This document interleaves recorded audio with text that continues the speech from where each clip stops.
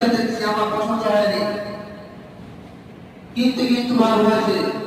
কিন্তু আল্লাহ, আমি শুনেছি আপনার বিচার শুদ্ধ বিচার, ষোলআনা বিচার। তাই আল্লাহ, আমি তোমার বিচারের একবার দেখতে চাই। আল্লাহ বলেন, মুসা, তুই কি পাগল হয়ে গেছিস? ও আমার মুসা, এতদিন, এত সময়, এত নবী এলো, আমাকে কেউ বলে না আল্লাহ তোমার বিচার দেখবো। ওরে মুসা, তুই এমন কি বলছিস তুই আমার বিচার দেখবি?